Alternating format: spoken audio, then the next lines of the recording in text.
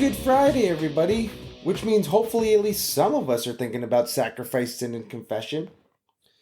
Yeah, this episode might be a little religion heavy, but don't worry, I'm still crack some jokes and fuck around. We'll make it through this together, I promise, says every divorced couple before the papers come out.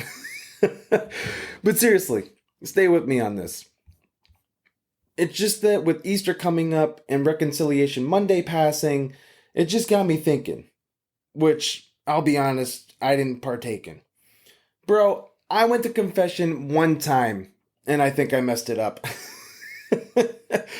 I can't remember if it was before my first communion or my confirmation. It was one of the ones with the C sacraments. But I go in, I do my thing. The priest says, okay, now go outside and do this amount of prayers. And I was like, okay. But just like nowadays, I was like, I don't want to be here any longer than I need to be, so I'll just go do it later. And then later just never came. So, story of my life. But by the time that I remembered, I couldn't remember how many reps I had to do. So I was just like, I'm sure the big guy knows I'm sorry. Anyways, this week, I was just having all these thoughts. And given what we talked about last week with the direwolves thing, it just kind of boiled down to, is science trying to disprove God? Or is science just trying to figure out how he actually did his thing? Like, maybe evolution isn't anti-God. Maybe it was just the blueprint beneath the miracles. Like, okay, humans evolved biologically, but as apes. And they had three main goals: to hunt, eat, breed, and repeat. In other words, kill, gorge, and fuck. Until you were physically incapable of doing one of the three. But trust me, you know what? I ain't living long if I can't eat or fuck either. I can't indulge in some of the most basic human pleasures. Take me out! But then you also got people nowadays who are just like, oh, I know how to hunt. Oh, do you? No, you don't. Get out there with nothing but your fists and a spear and see how well you do. Give respect to your ancestors. You gun-toting think you're better than me hooligans. Fuck you. But I started thinking that as we started to evolve biologically, that it would only make sense that we would also evolve morally, considering the fact that the thing that separates humans from other animal species is the fact that we don't just act on instinct, we also act on the idea of thought. And I say this as if I'm the most evolved person. I eat cereal out the box like it's a bag of chips, and then I wonder why I got microplastics in my balls. Like, what makes me qualified to think like this? But I don't know. It's Holy Week, and when I was at church, I just let my mind wander because the priest's homily went long and I got bored. So I started asking myself about the rights and wrongs behind some of our moral or natural biological actions and what that would mean to a higher power. Because it's just interesting to me how monotheism came after polytheistic religions like Roman and Greek mythology. Maybe it wasn't correction, maybe that also came from moral evolution. Like, did monotheism evolve through a more moral, thoughtful lens? Or is it just based on cultural pivots causing this divine shift? And I know I'm a moron, so I definitely know that I'm not the only person who's ever thought of this question. And I did some Googling, and it turns out that there is a book out there called The History of God by this woman named Karen Armstrong, who actually was a former nun. I haven't read the book, but from what I was able to Google is she basically argues that monotheism wasn't just a religious upgrade, but it was a moral one. And there was this shift in accountability. Like, it pretty much just came down to the idea that instead of someone like me praying to the god of sex and the god of wisdom to try and spread the blame as to why I suck at having both, now I just pray to one god that's looking down at me saying, you know what, Mike? I'm not mad. I'm just disappointed. But think about it. Almost every ancient culture was polytheistic. The Greeks, Romans, Egyptians, Chinese, Japanese, indigenous tribes, Aztecs, Incans, Mayans, they all believed in multiple gods that were tied to nature, war, love, fertility, whatever the fuck. Which is kind of wild, especially considering how central Egypt is in the Old Testament. So, does this mean that the entire Exodus story was set in a deeply polytheistic empire, and that was the backdrop for the idea of one God introducing morality and spiritual discipline? And you know what? That is a loaded ass question, and just like my life, I'm not going to pretend that I have the answer for it. But you know what? Maybe monotheism wasn't about dismissing all of those gods. Maybe it was more about shifting the focus from external sources to one unified source, like a more moral compass, a relationship, something a little bit more internal. But okay, if God made us this way, then why am I also supposed to feel bad for acting like a human? Especially if I'm biologically derived from an ape-like animal. Like, okay, besides the fact that I personally feel that you're a general first ballot Hall of Fame asshole if you were to cheat on somebody, I also understand why cheating is wrong on a religious standpoint, just because if you can't be loyal to one person, then how could you be loyal to God? And then the whole thing of Adam and Eve being married and woven together as one flesh and all of that jazz. But basic sexual urges pre-marriage, that's biology. That's the evolutionary aspect that you derived me from. And you know what? Honestly, I resent that I can get in trouble for that. Like, if I don't find the Eve to my Adam, I'm not apologizing or confessing to God for having premarital sex. That's nature. That's not rebellion. Have you ever walked into an ice cream shop and you've seen some mouth-breathing moron have the audacity to taste test the 3 flavors of vanilla, classic, bean, or French before they commit to buying it? Newsflash, it all tastes like vanilla. But you know what? That's low-key like figuring out who we want to have as a sexual partner, though. Are we all not just out here trying which flavor of vanilla that we can tolerate, or if we want something with a little bit more crunch, maybe a rocky road, and see if we won't get flavor fatigue in 6 months? Like, if I'm supposed to stick with someone for life, I not only want to know if this bike can handle a tough ride, but also how much of a pain in the ass it might be when I go through some terrain. And I don't give a fuck. I'm testing those waters early. It won't be on contract day. I've seen way too many busts go number 1 overall. That's not being sinful. That's being cautious. And you know what? Maybe that's why America's trying to be this sexually free country now too. Because we suppress so many urges from the 1600s to the 1800s.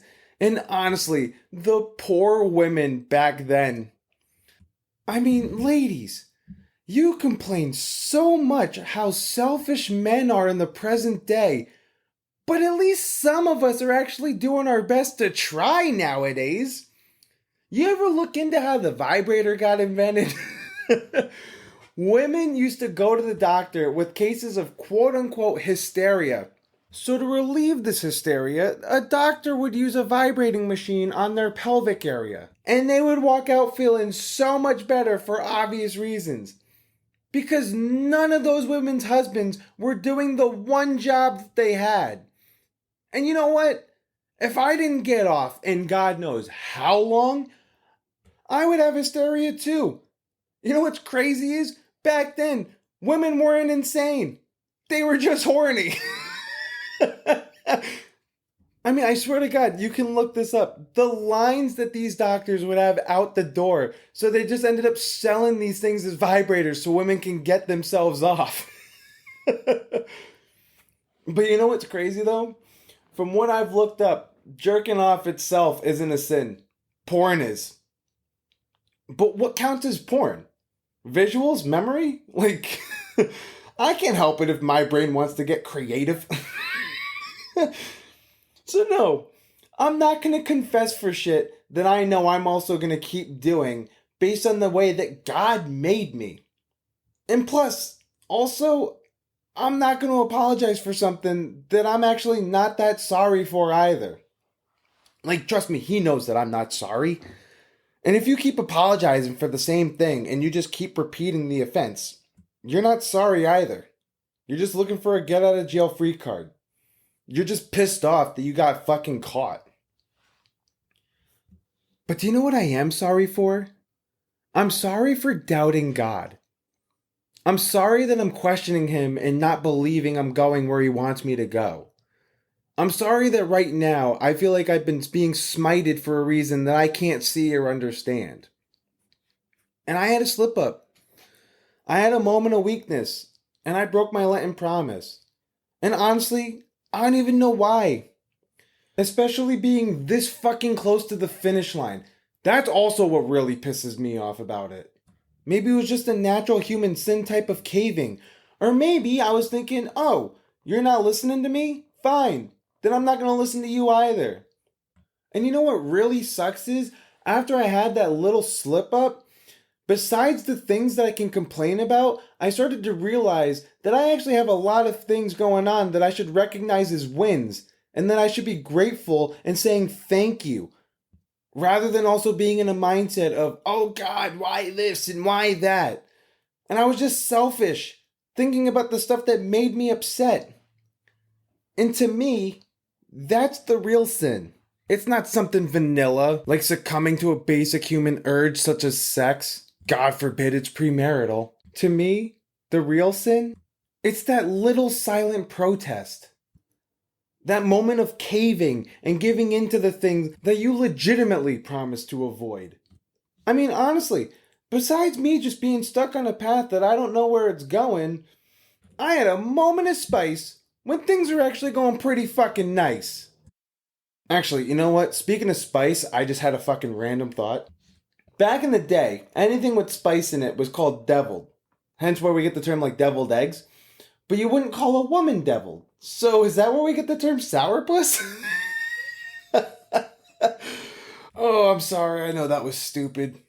Oh, welcome to the LNBE podcast, everybody.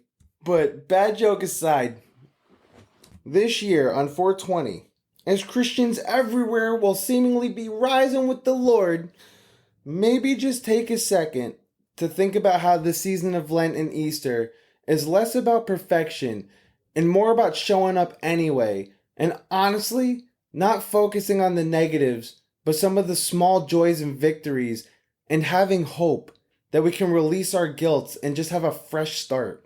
Like, to me, that's what Easter's about. It's okay if you fail. What matters is how you move forward. Everything is a learning experience. Like last week, I bitched about not being able to fully commit to a tackle in rugby. This week, I was all about trying to rid that mental block. And you know what? I did it. It didn't look pretty and my form sucked, but at least I can say it was an attempt to be better than I was last week. But you know what? I also got humbled, because I also got fucking hurt in the process, let me tell you. I have no idea what I did, but when I made contact, all of a sudden I felt a crack in my arm, followed by my whole forearm going numb. I was like, oh shit, well that can't be good. But you know what? Even though I got hurt, I stayed in that game. There was only 10 minutes left in the game. I was like, you know what? Pain is temporary, but victory is forever. And Mama didn't raise no bitch either. I mean, we ended up losing, but that's besides the point. The message is the same. But you know what? I can't really complain because it was also low-key my fault. Just like how I broke my Lenten promise, it was my fault that I got hurt in my rugby game because I didn't tackle properly. But because I got hurt, I now know how to better myself and improve on what to do the next time so it doesn't happen again. Growth will always continue. And you don't grow a little bit of strength without a little bit of pain. So with that said, God probably cares less about our browser histories than he does about whether we're being honest with them. Because humility isn't weakness. It's a sign that you can acknowledge your limitations and learn to grow from them. I got hurt making a tackle. That's one of the weak spots in my game right now, amongst so many other things. But now I've learned what not to do because I made the mistake, and I know how to improve moving forward. Just like when I broke my Lenten promise. And you know what? If Jesus can rise again, maybe so can we. Even if it's from guilt, confusion, or just our own dumb habits. I don't think God needs us to be perfect. I think He just needs us to stop pretending we are and to stop assuming science has all the answers for the stuff that we haven't had the courage to face in ourselves. Maybe that's the point. Whether you believe in one God, many gods, or you're still figuring that part out, what matters is the direction you're growing in. Moral evolution doesn't require perfection, just presence, just showing up. That's how it starts, and how we grow morally as humans, with or without religion. And if that landed with you, even a little, do me a favor and share this episode with a friend. Rate it, leave a comment, whatever you're feeling. It helps push this thing up and keeps it going. You can also follow me on TikTok and Instagram at the LNBE Podcast. And if you ever want to write in, vent, or just say what's on your mind, feel free to email me at lnbemedia@gmail.com. Alright guys, thank you all so much for listening. I hope you all have a great week. Happy Easter to all of those who are celebrating, and we will chat next week.